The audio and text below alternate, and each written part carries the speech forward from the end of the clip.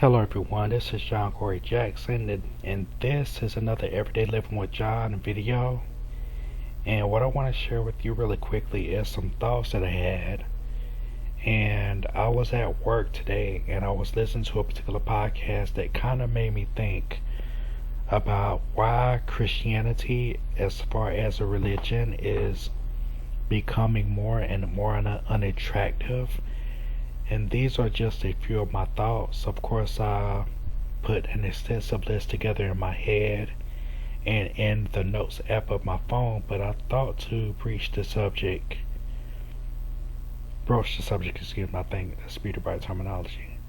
Just thinking out loud, and of course, there are some people that abuse others, and I'm not going to get into the weeds of too much of that, like church hurt, things like that, but I'm just going more off a general basis why it may not be attractive as the Nation of Islam or the Mormons and things like that. Just my random thoughts, and I don't know 100% about every religion out there, but I've been a Christian for a long time, and I think I have an idea why Christianity is so unattractive to people as a whole and to our world. So I'm going to share some thoughts. I don't want to make it too long, but I do want to make us have some introspection of how we can be better and reflect the light of Christ more appropriately in the world. So this is the Everyday Living with John YouTube channel, where I share with you faith-based biblical principles that you can apply to your everyday life, and I do thought pieces like this occasionally. So if that interests you, please consider subscribing to the channel. Make sure you hit that notification bell, and also check out my blog down below, and thank you so much for that. I think one of the reasons why Christianity as a whole is losing its effectiveness is because I think,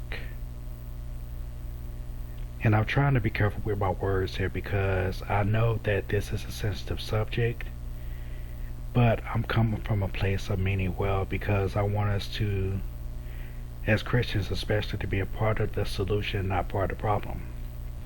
But I think there is so much division in the church, whether you have different values, belief systems, and there's just a lot of division there, and I think division is never good, especially in a household of faith where it's supposed to be one faith, one Lord, and one baptism. We often have little ancillary rules that people have to follow. Some people preach having to wear makeup. Some people preach having to wear pants or dresses for women, that women can't wear pants.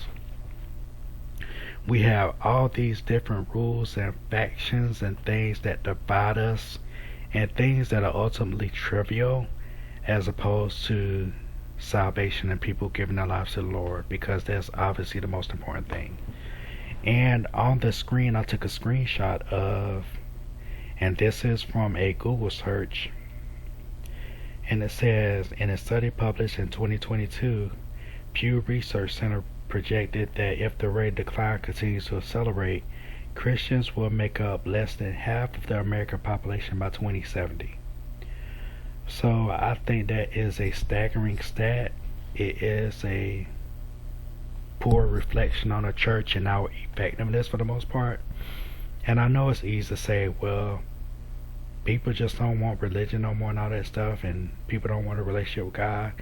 But and that's easy to say, but at the same time, we have to bear some responsibility as Christians and as believers as to why this trend is happening.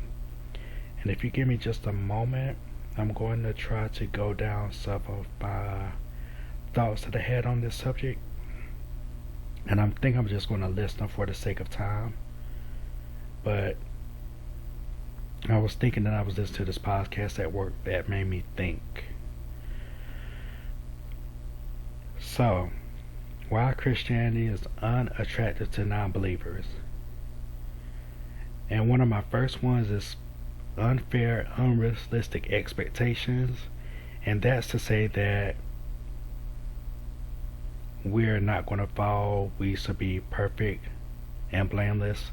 And there's only one perfect and blameless person, that's Jesus Christ, that lived on earth. But when I say that, I think that there's a unrealistic expectation that we have to look a certain way, or we have to kind of behave a certain way that I think most of the churches, we just trying to create squeaky clean images that come off as terrible, a terrible looking, and it comes off as not being realistic and not being real with people, not being authentic. And one of the things that I think God charges us with once we become believers is that we use our experiences to be better in the world and show people that I conquered this sin, or I conquered this addiction, or I conquered womanizing, or whatever it could be.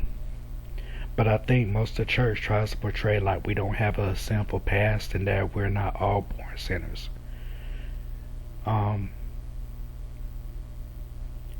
There's a lot of hypocrisy in our churches and our leaders, so that's probably one thing that probably turns off people the most.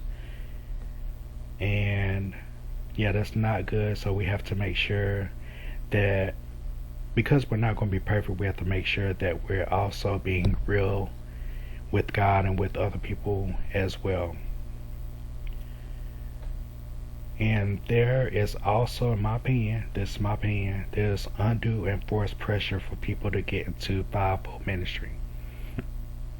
That means to be an evangelist, and that means to be a pastor, prophet, teacher, or have a position in the church. So there's kind of that pressure there that if you're a saved person, you're a Christian, you're supposed to be doing everything you can in the church. And while I say that's not wrong, it's unrealistic that people are going to be in fivefold ministry.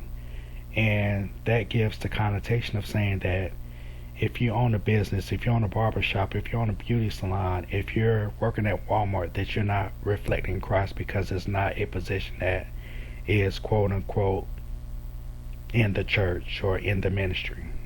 But all of us are called to be evangelistic with our lifestyles and with our confession. And I have a lot of things here. I didn't realize I went that far, and I'm not going to read them all to you. Maybe I'll put them in a post. But the last thing I will leave you with as far as this is church as a whole is overly judgmental. And all sinners have a past, all sinners have a future, and all saints have a past. So I think it takes us being open to loving people. We don't show the love of Christ enough. And I think ultimately that's the big issue, is that we want to divide as opposed to love. And now there's certain things we can't. Now you can't have fellowship with darkness, but I think you can love people that have issues without trying to hang them at the cross, so to speak. And I think there has to be love, and I think there has to be understanding, and I think it all goes back to knowing that we were all once sinners. Even if we're saved now, we were all once sinners, and even during our salvation and discipleship, we suffer bad judgment, poor lack of judgment, bad mistakes, and I think we have to reflect that in our lives.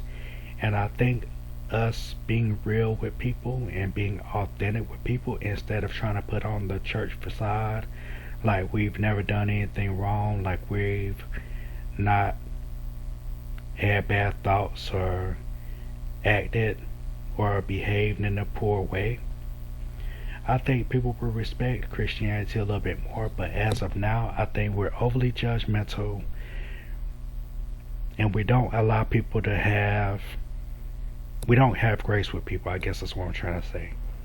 And I think I'm gonna write a blog post about this because there's a lot you can go into, obviously.